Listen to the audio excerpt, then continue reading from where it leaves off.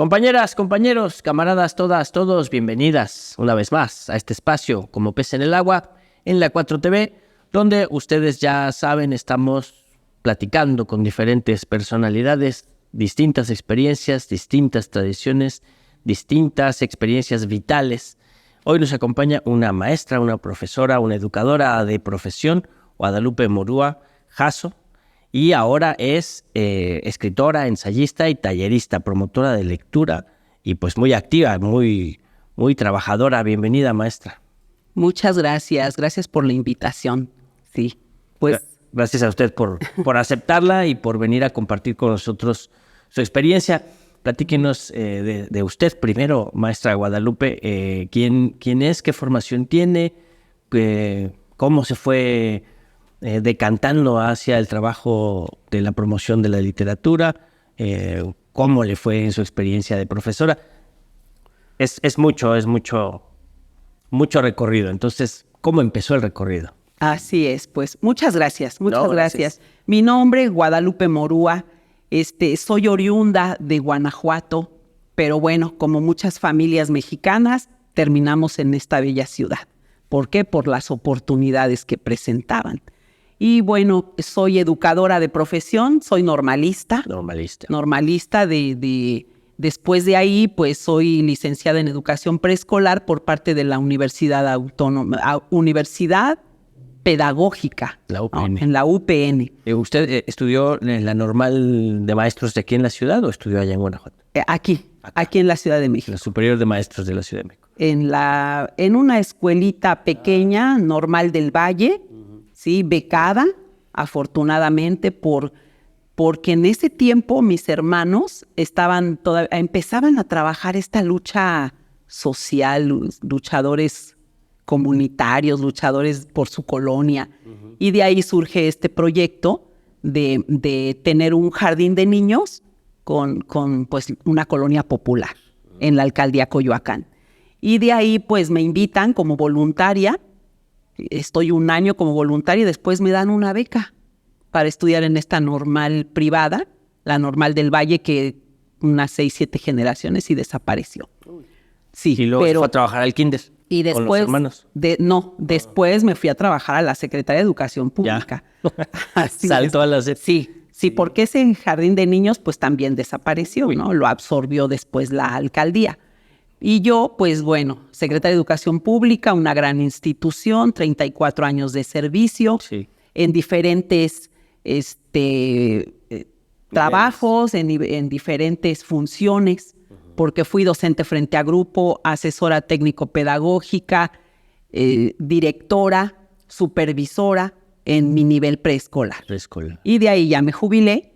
Y bueno, cuando yo me jubilo, me descubro que me gusta escribir.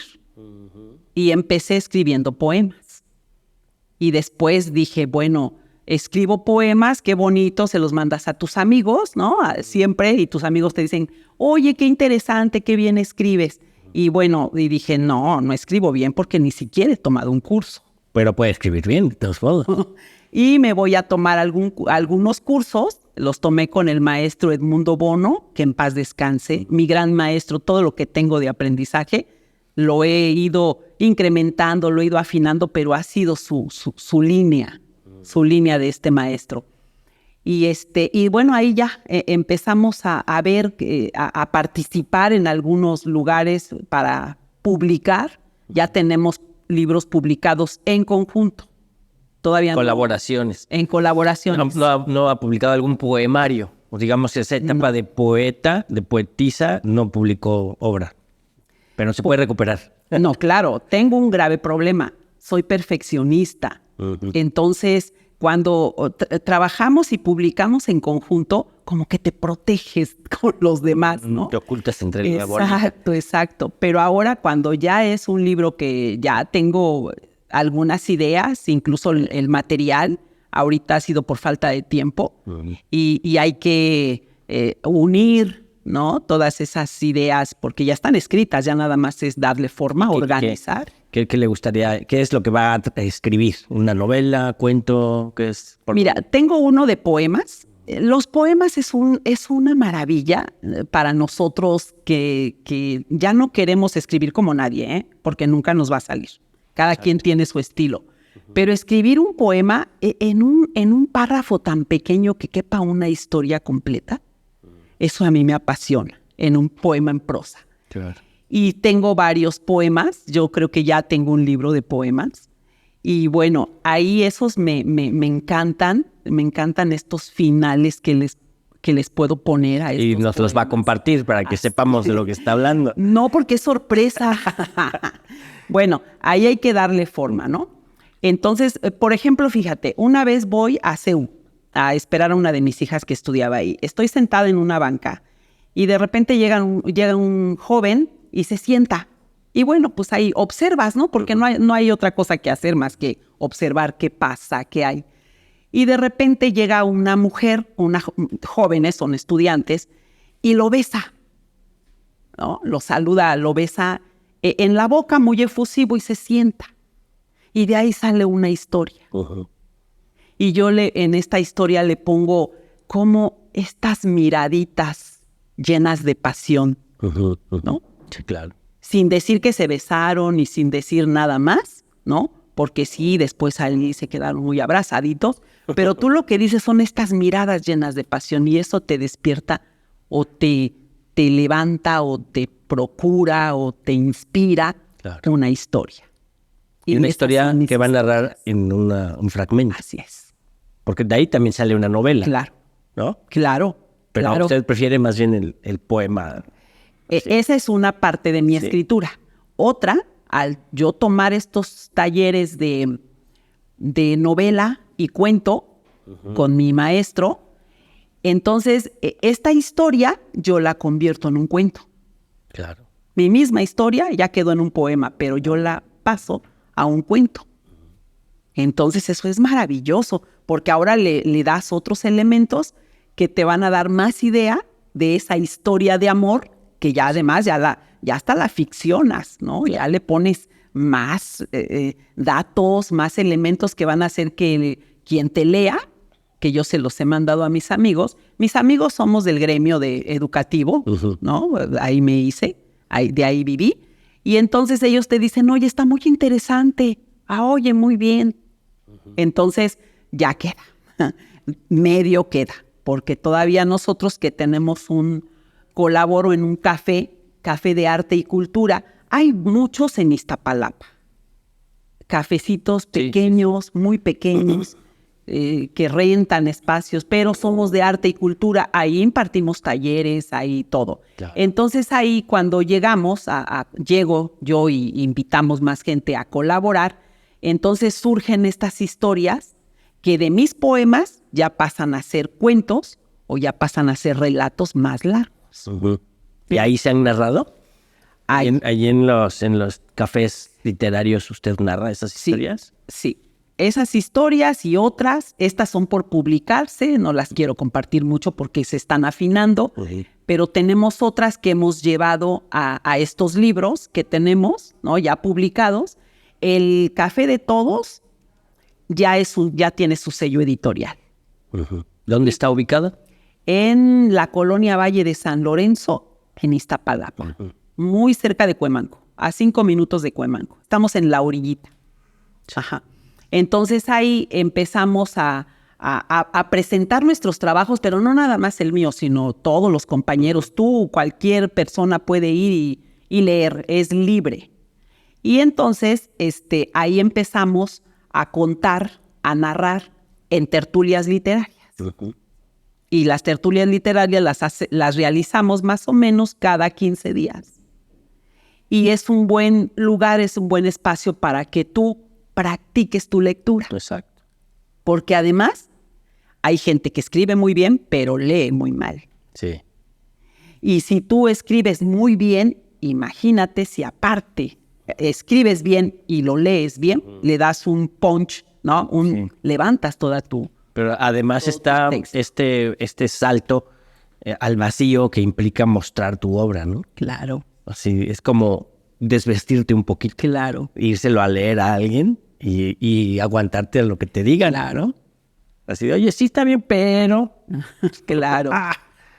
Pero hemos formado una familia, un grupo de amigos de familia muy bueno en el Café de Todos, porque las críticas son muy constructivas, pero no son ni siquiera de la técnica. Se hacen con cariño. Así es. Observaciones Se cariñosas. respeta la técnica. Claro.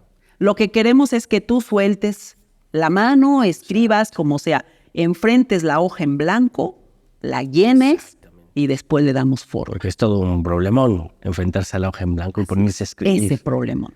Sí, sí. Y voy a dar una idea para esto de enfrentar la hoja en blanco que nos ha funcionado y es una de mis ideas. Por favor, por favor. Es empezar a escribir un diario. Ajá. Sí. Cómprate tu libretita o recicla de lo que tienes, tú haz la tuya, ponle una portadita, tu nombre, ¿no? Con tu nombre ya la personalizaste. Y vas a empezar, pasas la página y empiezas a escribir. ¿Con qué? Pues con la fecha. ¿No? Pones la fecha, a lo mejor hasta la hora.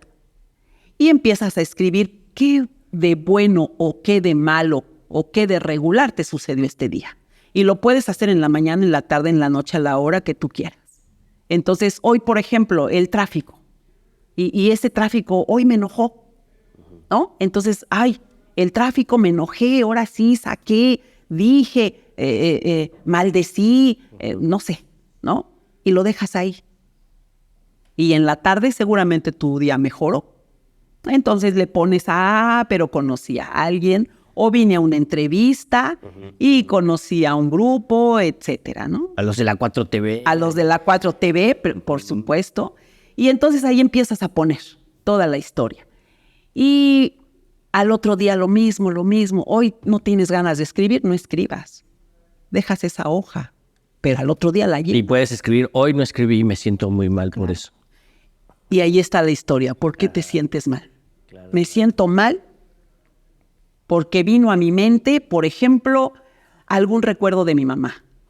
Mi madre, la mía, murió hace 13 años. Entonces llegó un recuerdo y me sentí pésimo, pero ya salió la historia. Y me siento mal y de verdad que qué feo, que ya le reclamé a Dios, ya me enojé conmigo, Entonces tú pones ahí toda la historia. De eso mismo lo aprovechas y lo escribes. Pero hay veces que dices, tengo flojera. ¿Qué es sentir flojera? Porque me duele. Un ensayo sobre la flojera. Un ensayo sobre la flojera. Y sale una maravilla de ensayo sobre la flojera, porque es un gran tema. Sí lo es, sí lo es. Es muy debatible, ¿no? Así es. Entonces yo creo que todo es una historia, todo, que si se te perdió esto, siempre se me pierden los lentes. Ahorita lo puedo decir, siempre se me pierden. ¿Por qué? Porque tiene que ver con que yo creo que no estás hidratándote y ya viene la parte médica, ¿no? Y por eso es muy importante, cuando tú escribes o cuando yo escribo, cuando cualquiera escribe, debemos de tener algunos amigos. Esos amigos, muy amigos, para que cuando tú te sale algo así como, ¿por qué se me olvidan las cosas? Si te quieres ir a la parte médica, debes de tener un amigo médico, un amigo abogado. Ay, Dios mío. Sí, sí. Un amigo psicólogo. Sí. Son tus 3 grandes amigos que vas a hacer. Yo los tengo porque mi profesión me permitió convivir con ellos, ¿no? Nos permitió estar ahí todos los días y conocer qué hacía cada uno, comer, platicar, ¿no? A veces las cosas que no se cuentan, pero que nosotras sí nos las contamos porque lo que se platica en la mesa se queda, ¿no? Porque te vas al trabajo y ya se te olvidó todo. Pero se te queda en la memoria. Entonces, esos 3 amigos los debes de tener. Porque, por ejemplo, ¿por qué pierdo las cosas? ¿Por qué ya me estoy cayendo? Ahorita yo llevo 2 caídas fuertes. Cuidado. Entonces dije, ¿por qué me estoy cayendo? ¿No? Si tú lo quieres escribir, lo tienes que fundamentar. Pero también puedes contarlo a manera de coloquial, de decir, bueno, pues ahora voy a platicar que me caí, pues por distraída, ¿no? Entonces, Porque ¿por qué tuve pasa? un desvanecimiento, ¿no? O porque quieres correr y ya no tienes Ya la fuerza. el equilibrio, la fuerza, ya no tienes eso cuando pasa el tiempo. Sí. Y eso fue lo que me pasó a mí, me enredé con un aro. Con un aro. ¿Un aro de cuáles? Aro, de estos aros del hula hula. ¿Hula hula? Me enredé en ese, me caí, me abrí, me paré, me fui y cuando me di cuenta tenía toda la pierna sangrando, el pantalón, los tenis, la calceta, todo. Y dije, caray, pero si ni me dolió. Y de repente te ves así y dices, oh, caray. Vulnerables son. Me tengo que detener y ahora tengo que caminar de esta manera y así. Pero si lo quieres escribir, tú fundamentas porque eso le va a servir a otro lector. Mi lector puede ser joven, puede ser adulto, puede ser de la tercera edad, ¿no? Entonces no sabes, por eso tienes que fundamentar. Claro. Y eso es lo que nosotros plasmamos en nuestros libros. Y bueno, otro dato que de mi vida, de esta ya jubilada, es que tanto mis amiguitas invitadas y yo estuvimos en un programa que se llama Abuelos Lectores y Cuentacuentos. Qué bonito. El programa de los abuelos. Por ahí andan todavía. Ya cambió el nombre. Abuelas y abuelos. Sí. Pero ya cambió, ahora se llama 50 más. Y creo que ya hasta tiene otro nombre. Pero este programa lo funda una gran persona, así espectacular, la mujer, escritora también, gran narradora, Edna Rivero. Y ella, pues defendió este programa de la UNAM. Y cuando nosotros llegamos, nos tocó todavía que ella estuviera con nosotros, como nuestra maestra acompañante, una gran persona, que en paz descanse, ya murió también.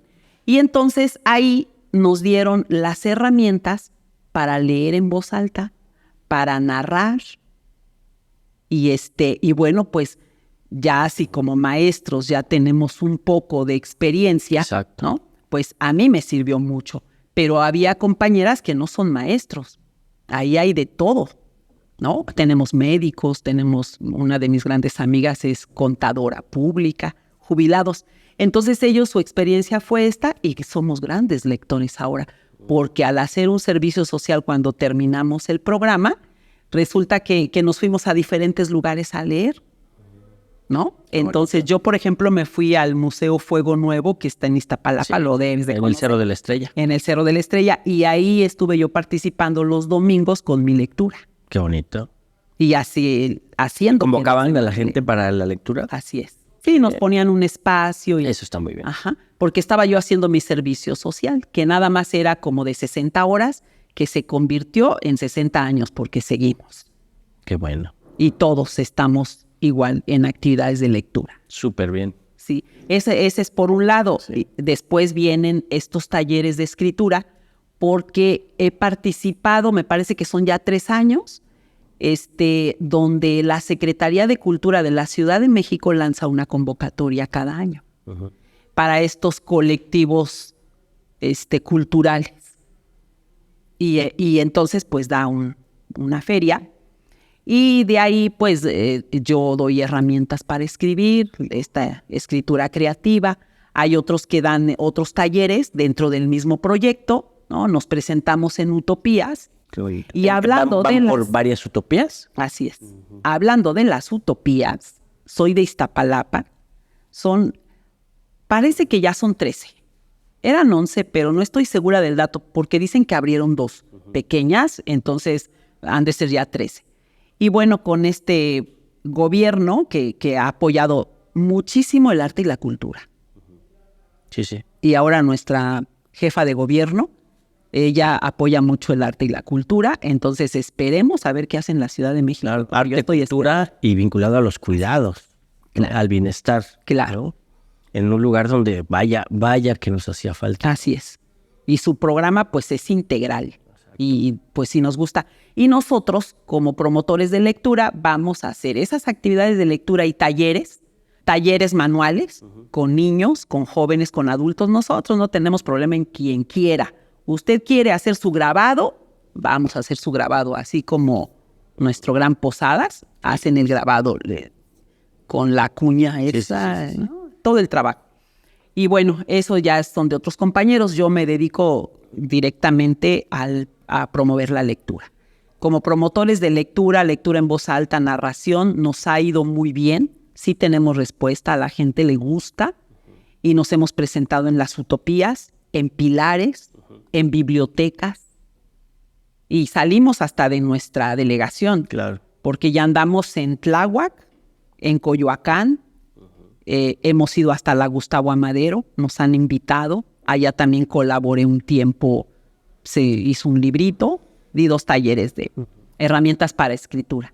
Qué bien. Entonces, pues ahí, ese es mi medio, este es el que ahora ya adopté, mi proyecto de vida. La nueva etapa, la nueva carrera, ¿no? Sí, ese proyecto de vida que te dicen, hay que tenerlo, ¿no? Pues ¿cuál? Si yo ya cumplí todo un tiempo laboral, ¿no? Aportando mucho trabajo y después te dicen de esto, pero surge. Claro.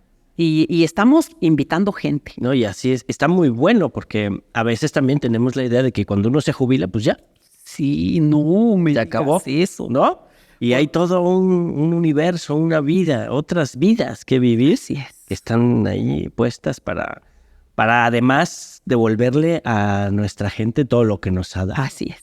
Porque además la literatura, la escritura, como formas de enseñanza y de expresión, como un conocimiento que usted comparte, pues también son herramientas de emancipación de las personas que se acercan, ¿no? Así es.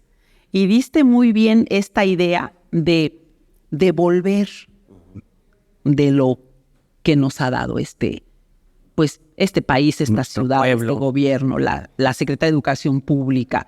O sea, tú le devuelves a la gente Al porque pueblo, claro. pues son gratuitos muchas de las actividades que hacemos por el mero gusto de aportar algo. Y cuando nosotros vemos personas que están pues abandonadas, porque están abandonadas en sus propias casas, pues las invitamos. Y de verdad, aquí están sus historias. Sí, claro. Y ha publicado sus colaboraciones en diferentes tipos de libros. ¿Nos puede compartir? Sí, mira, colaboro en el Café de Todos, Ajá. Café de Arte y Cultura, ubicado en Valle de San Lorenzo, Iztapalapa. De verdad los esperamos, organizamos unas tertulias y unos karaokes, porque hay que sacar energía, y de verdad que la gente se ve hasta más sana. Sí. Después de estar, porque cuando uno va creciendo, se va encorvando, vas como guardando como tus recuerdos, como tus frustraciones, tus logros, todos como que los vas encerrando aquí. Achaques. Achaques, ¿no? Todo. Éxitos, fracasos, todo. Y la gente se va encorvando. Y cuando nosotros los invitamos a las tertulias literarias, ya se paran así. O sea, no tanto, pero se van sí. desdoblando. Exacto. Y empiezan a leer. Y nosotros, pues al ser un café de arte y cultura, tenemos muchísimos libros de todos los que publicamos, los que publica el maestro, que es el fundador del café, su esposa. Y entonces, maestro, ¿me puede prestar un libro? Sí, el que sea. Y te empiezan a leer y ya es otra cosa. Y la gente que está participando en el café de todos, yo te puedo asegurar que somos más felices. Sí, lo puedo creer. Y Perfectamente. que ya no están así encorvados guardándose sus cosas, ya están así. Y cuando cantan, sacan unas voces que yo dije, wow, ¿dónde las tenían? Ahí Cantan guardadas. muy bien, de verdad, Ahí reservadas. cantan muy bien. Y porque le ponen como sentimiento, como no sé, y como ya no tenemos problema de ay, me da pena. O ya no tenemos problema de lo que va a decir la gente si pasa y me ve cantando, ya no tenemos ese problema. Ese problema creo que ya lo estamos superando muy rápido. Qué bueno. Y entonces la gente canta y canta bien bonito, Qué bueno. de verdad. Y bueno, en el café de Bueno y todos. bonito. Sí, gracias. Sí, compártanos. Por favor. En el café de todos, hoy nada más traje 2, tenemos muchos, pero yo traje 2 donde yo colaboré. Muy bien. ¿no? Donde ¿Y yo- qué fue la colaboración? Y ¿Qué bueno, aquí en estos 2 talleres yo di herramientas para la escritura. Herramientas que tienen que ver todo, desde redacción, ortografía, que buscar títulos que sean llamativos, que salgan de lo cotidiano, usar la metáfora, terminar con estas frases hechas, ¿no? Como el brillo de tus ojos. Esa ya es una frase muy hecha. Un cliché. Ajá. Entonces lo que milenario. nosotros hacemos, ¿cómo lo puedes cambiar tú? ¿No? Y todo eso, herramientas que hemos dado en estos talleres. Aquí yo he dado las herramientas y he colaborado con mis textos. Aquí están. Este es el de Cuento de Navidad que salió en un diciembre. Y Ahora, ¿se hace el taller y de los textos trabajados en taller se hace el libro? Así es. Qué bonito. Así es. Es un taller de escritura. Tú vas y ahí se hace una actividad de escritura. En este momento damos una palabra detonante. ¿Qué te gustan, las posadas? La Navidad, por ejemplo. No, la Navidad. Entonces, dentro de la Navidad hay muchos temas. Muchos. Entonces te podemos decir, a ver, tu mejor posada o tu peor posada. Entonces tú dices, no, odio las posadas porque a mí me pegaron con el palo en la cabeza. Ya está la historia. Ya la contaste. Ahora hay que darle forma con todas estas herramientas. Narrativa. Y narrativa, por supuesto. Además, ahora es todo un arte generar las narrativas, ¿no? Porque en este tiempo convulso y de cambios, el que instala la narrativa mediática, la narrativa que más se cuenta, es el que empieza a ganar la batalla, ¿no? Así es. Entonces, es cosa de ponerse muy atentos, ¿no? Y entonces hay que aprender a leer bien, Así es. a escribir y a leer muy bien todo lo que pasa, ¿no? Así es. ¿Cuál es la narrativa de tal medio? ¿Cuál es la narrativa, no? Así es. De tal político. Así es. ¿Cuál es la narrativa que hay sobre tal acontecimiento de la historia? Bueno, tú ya te fuiste a otra narrativa. Sí. Estas son historias de vida. Claro. ¿Por qué empezamos con historias de vida? Porque pues somos todavía escritores muy desconocidos. Apenas empezamos. Entonces, ¿qué es lo que tú conoces? ¿Qué es lo que te consta tu historia? No te consta la historia de tu pareja, de tu hijo, de tus padres. No te consta. Sí te consta, pero no tanto. Algo sabes. Exacto. Algo sabes. Pero la que te consta porque la viviste y porque la experimentaste es la tuya. Y entonces aquí son historias de vida. Claro.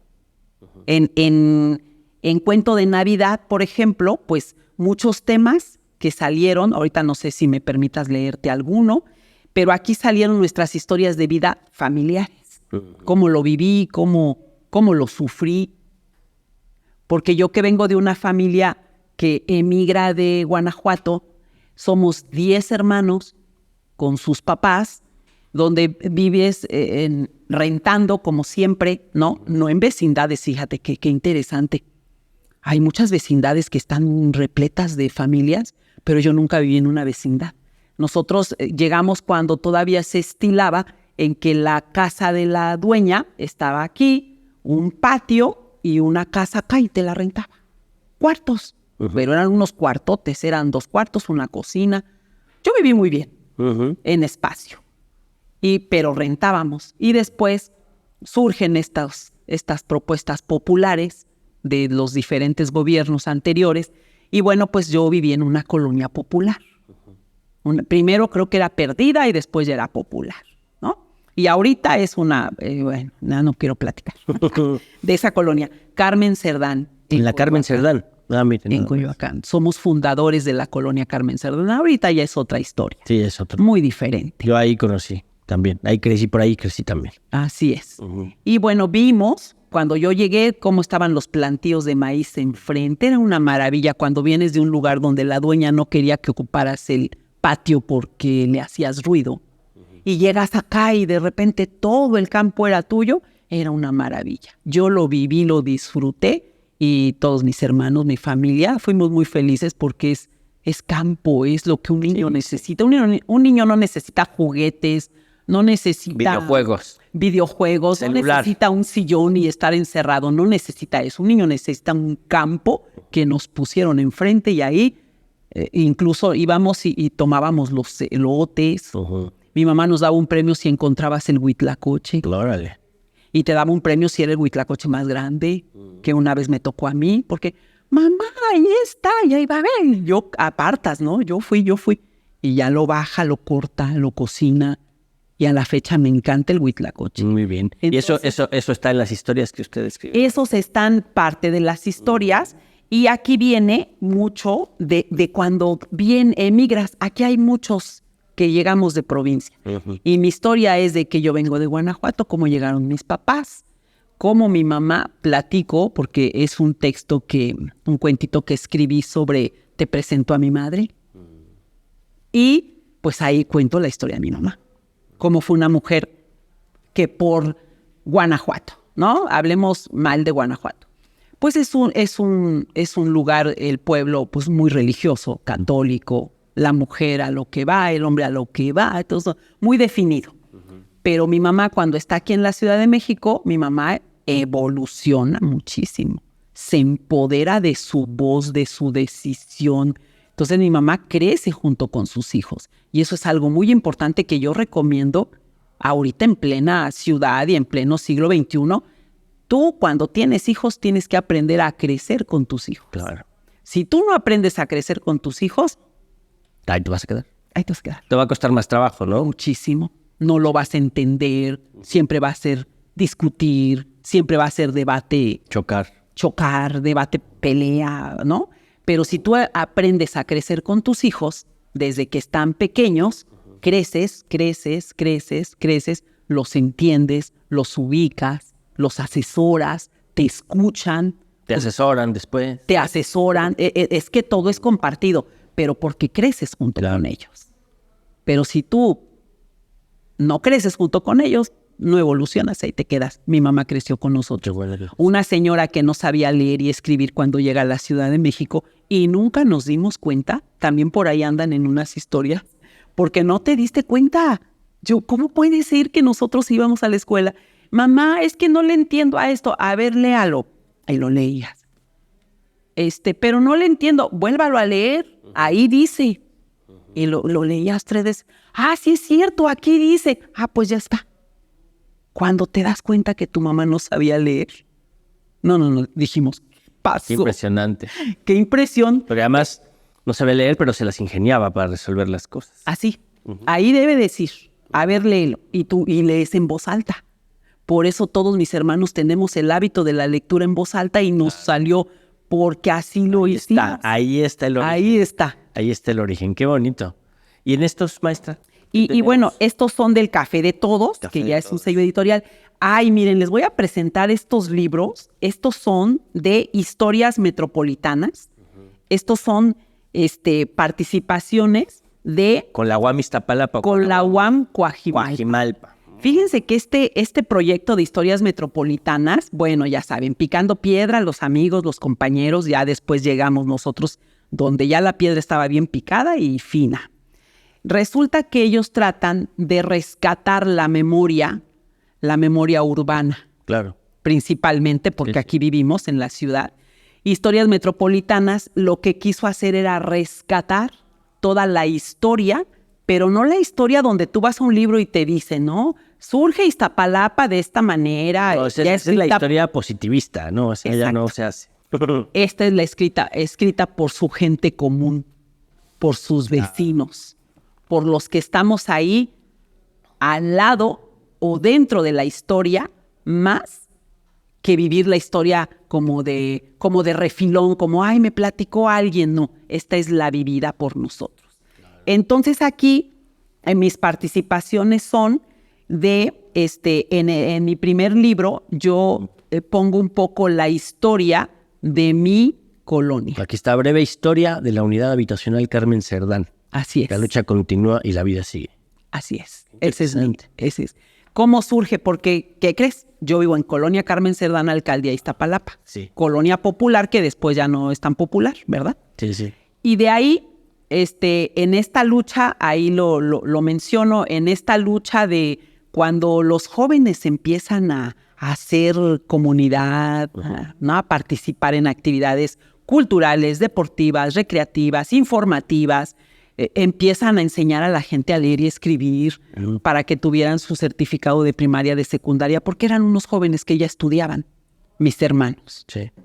Y un grupo de gente, por supuesto, les llamaban los jóvenes, porque eran jóvenes de prepa. Y bueno, ahí, poco después, pues vamos creciendo, nos vamos casando y ya surge la necesidad de la vivienda. Ya tienes la vivienda de tus papás, ahora ya surge la necesidad tuya. Y se crea este proyecto de vivienda. Y este proyecto de vivienda tiene que ver con que ya compramos el terreno, ya no fue popular, compramos entre todos el terreno, entran INVI y entran una constructora privada que también era Héctor Markovich, el dueño de esa empresa, él es argentino, mi hermano trabajaba ahí y entra de lleno esta empresa y construye nuestras casas, por eso todas son igualitas, nada más la parte de la planta baja, porque tú entras a mi unidad, es un oasis dentro de esa zona de Iztapalapa, porque tenemos áreas verdes, está muy bonita. Y ahí ya cuando tú construyes la parte de arriba, pues ya las casas ya no son iguales, ¿no? Sí. Y entonces ese momento de la Carmen Cerdán a la unidad habitacional Carmen Cerdán, que la colonia es Valle de San Lorenzo en Iztapalapa, yo ahí menciono este logro, ese tránsito, ¿no? Porque fue un proyecto de vivienda, de un grupo, de una asociación civil. Sí, así es. ¿No? ¿En qué año se movilizaron por ese proyecto de vivienda? Tiene 36 años la unidad habitacional. Hace 36 años es lo que tenemos con este proyecto de vivienda. Ya, porque formaban parte del movimiento urbano, ¿no? Fue parte de una experiencia del movimiento urbano popular. Así es. Y sí es una colonia muy, muy significativa, ¿no? Claro. Tiene mucha historia en toda esa zona, ¿no? Claro. De hecho, los microbuses que salen de Tasqueña dicen Carmen Cerdán. Así es. Esos van a la Carmen Cerdán, a la colonia Carmen Cerdán, en los Culhuacanes, Alcaldía Coyoacán. Y ya la otra, pues debe de decir otra cosa, pero ya es Valle de San Lorenzo. San Lorenzo, en Iztapalapa. En Iztapalapa. Pero ahí nuestra unidad y la asociación nos la llevamos. Porque es ¿cómo se llama? Es una asociación civil, Unión de Colonos Carmen Cerdán, AC. ¿Y sigue existiendo? Pues ahí anda ¿sí? Creo que ya se andan peleando por la asociación. No voy a hablar de más porque no se peleen. Porque va a salir por ahí. Que no se peleen, que haya diálogo y que se arreglen. Cambian las necesidades, cambian los intereses. Todos los jóvenes lograron tener carreras.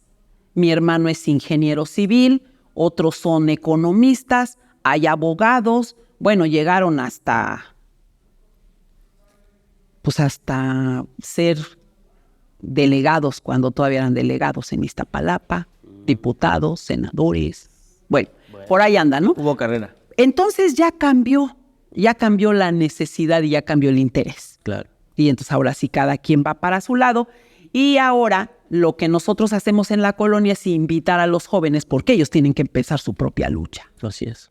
Continuar. Así es, continuar la suya, la actual, esta contemporánea, esta que les molesta. A nosotros nos hacían falta servicios, los logramos. Nos hacía falta vivienda, lo logramos. Nos hacían falta estudiar, formar familias, lo logramos. Tenemos nuestros logros profesionales, personales.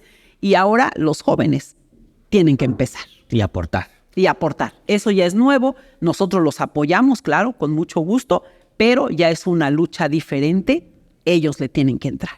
Y nosotros es lo que tratamos de crear esa conciencia para que ya cada quien se dedique a lo suyo. Sí. Ya no te voy a resolver mi vida. No. Ahora te toca a ti. Tu lucha. Hay que hacerlo. Así es. Y ahí vamos, Ahí vamos. Y bueno, pues, y en otro escribo, escribo sobre mi hermano. Uh-huh. Ahí está en escribo sobre mi hermano porque es un luchador social. José Luis Morúa. Historia de un luchador social. Así es. Y bueno, ahí pongo cómo fue, nada más un inicio, poquitito, de cómo inicia este luchador social. Y te voy a decir de dónde surge toda su formación. Él estudió en la secundaria República Popular China, ubicada en San Lorenzo, en Iztapalapa. Pero nosotros vivíamos en Coyoacán y parece ser que era la que teníamos más cerca. Pero bueno, al ser República Popular China, el gobierno de China mandaba iniciativas, mandaba hasta sus jóvenes. Qué bueno. Y China traía esta idea del comunismo y traía esta idea de cómo organizar a los grupos, de cómo lograr, pero en trabajo colectivo. Uh-huh. De ahí surge la idea de mi hermano. Y aquí lo plasmo porque eso se me hizo muy interesante, porque ¿de dónde te sale a ti ser tan grillo, ser, ¿no? Un luchador social que logró tanto, porque además sigue teniendo convocatoria. Sí. Y siempre ha tenido convocatoria. Él invita y ahí están. Como que es muy interesante su plática, sus luchas, ¿no? Y entonces por eso lo pongo. ¿Y de dónde surge ese interés? De esa secundaria. De su formación básica. Así es. Desde ahí empezó a ver cosas diferentes y dijo, de aquí soy. Y bueno, pues a la fecha, ¿no? Ya es un adulto, pero a la fecha esa formación política, esas ideas, ese trabajo en comunidad y así en colectivo, de ahí de la secundaria, gracias a los chinos.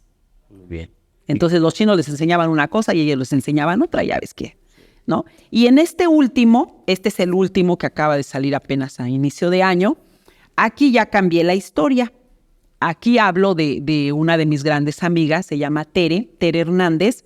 ¿Y qué crees? Si lo quieres ver también, es también una luchadora social. Uh-huh. O sea, me fui para eso. Compromiso y lucha social como carrera, historia de vida.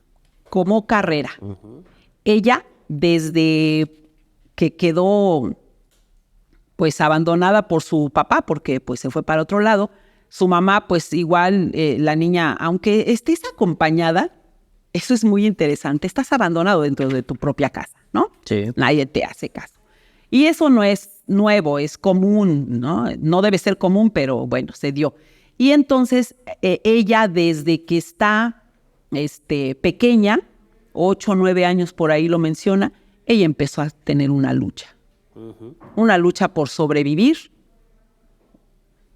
Y ya después de ahí, esa lucha por sobrevivir con trabajar a los 15 años en una fábrica, todo eso la empoderó desde esa vez, porque ¿qué crees? ¿Qué años son? Los 40, 50, y la mujer iba a ser maltratada por un hombre, o pues no sabemos hasta dónde iba a llegar, ¿verdad? Porque ni siquiera le dio chance. Uh-huh.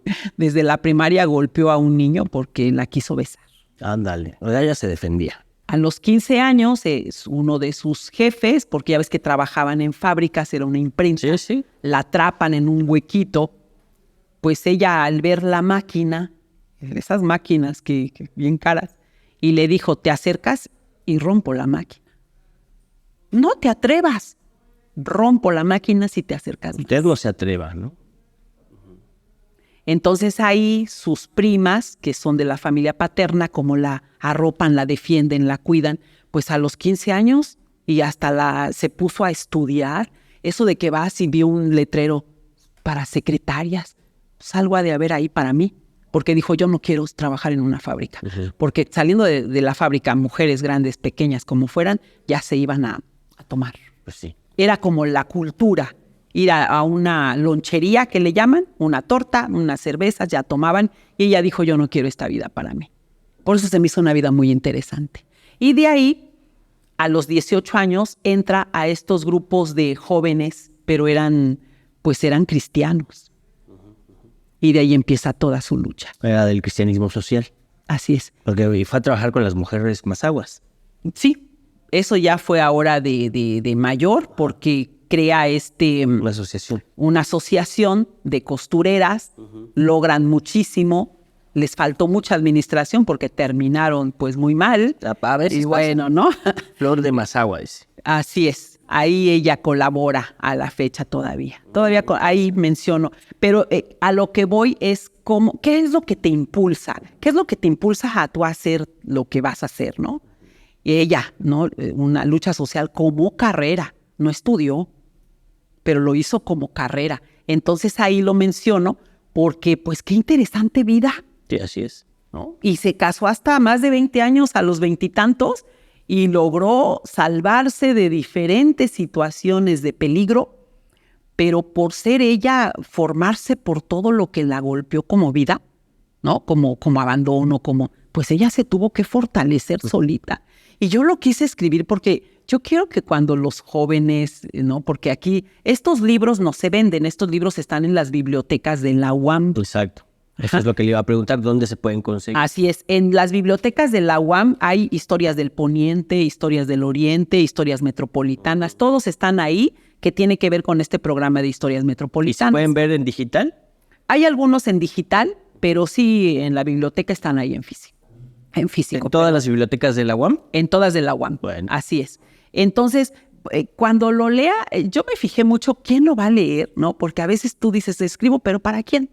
Pues yo voy a ver para quién. Aquí quiero que los jóvenes estudiantes recuperen estas memorias y vean cómo esta mujer se defendió, hizo su vida, se casó, tuvo hijos, claro, pero cómo se defendió ante todas estas inclemencias que ahorita el joven dice, es que no voy a poder porque da miedo, porque hay tantos peligros y tantos riesgos, tanto miedo a ese riesgo. Ella no le tuvo miedo.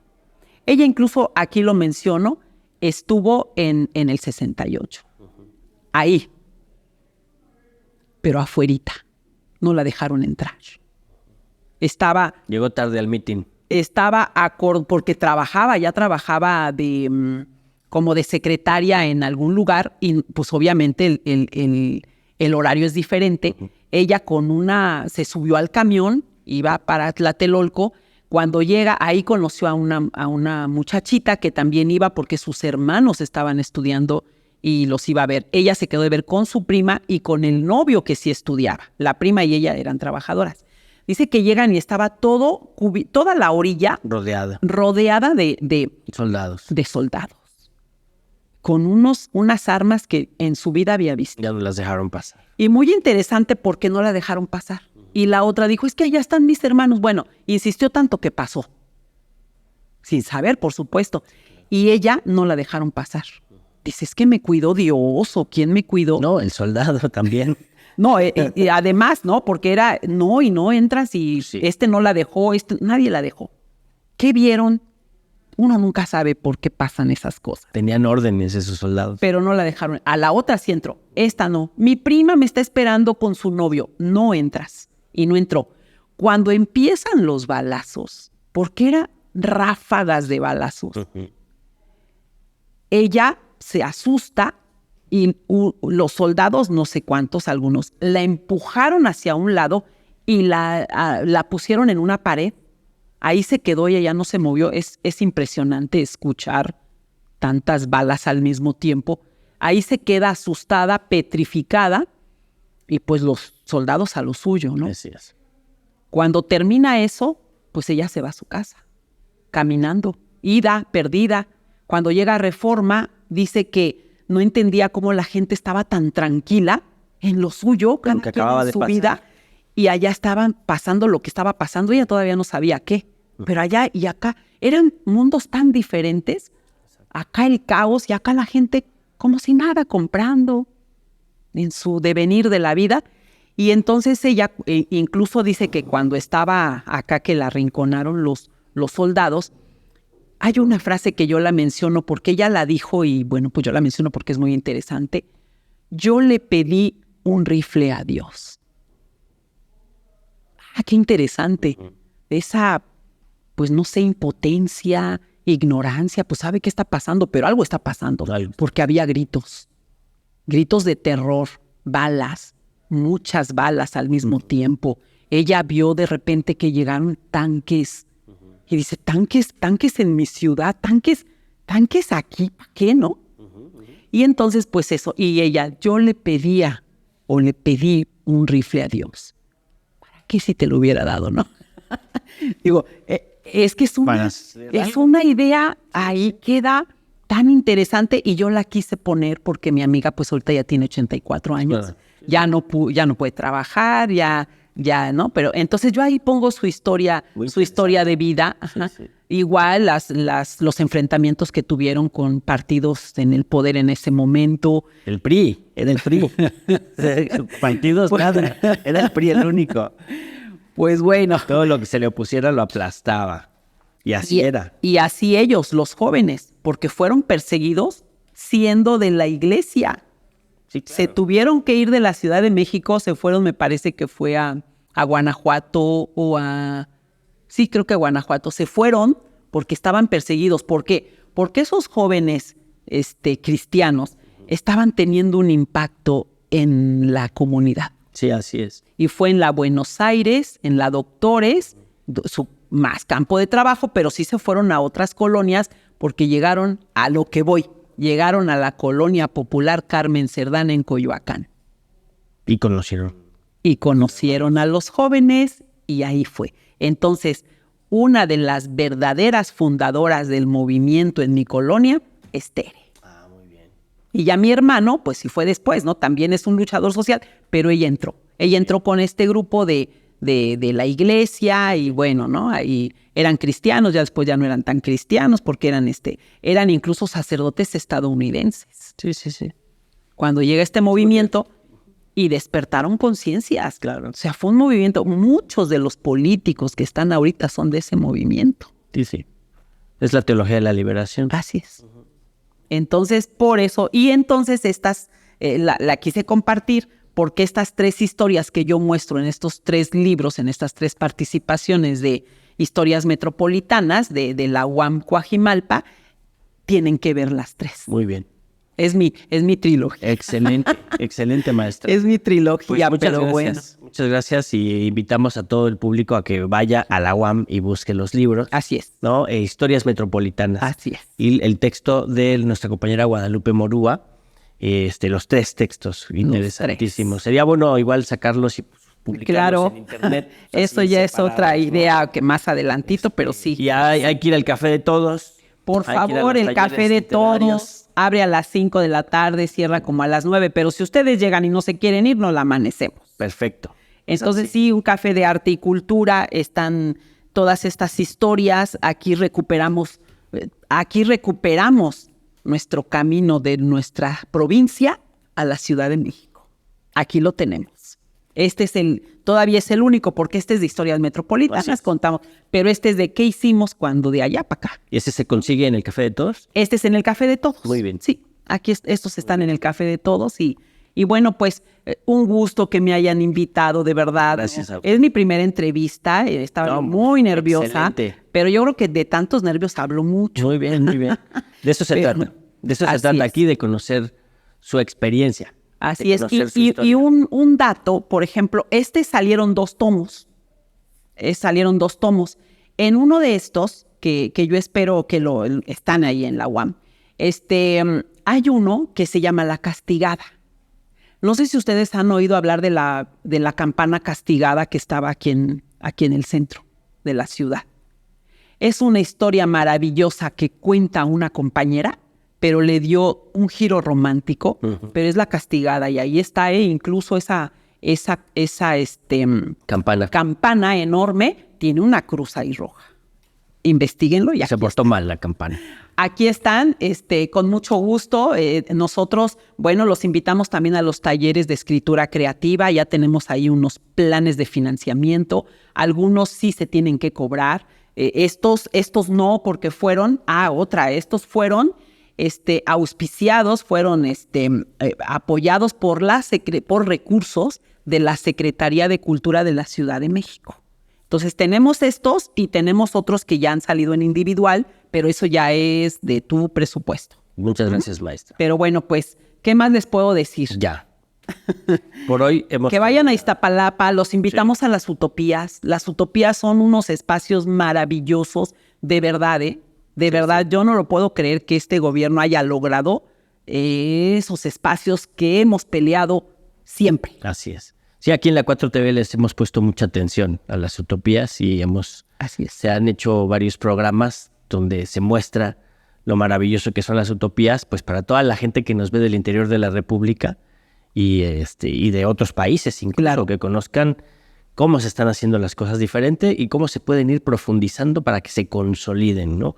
Que no queden allí como proyectos que tenían cierta esperanza, sino que queden como parte de nuestra vida cotidiana, como parte de nuestra cultura. Así es. ¿No? Guadalupe, maestra Guadalupe Morúa gracias. Jasso, Guadalupe Morúa Jasso. Sí. Muchas gracias por estar con nosotros.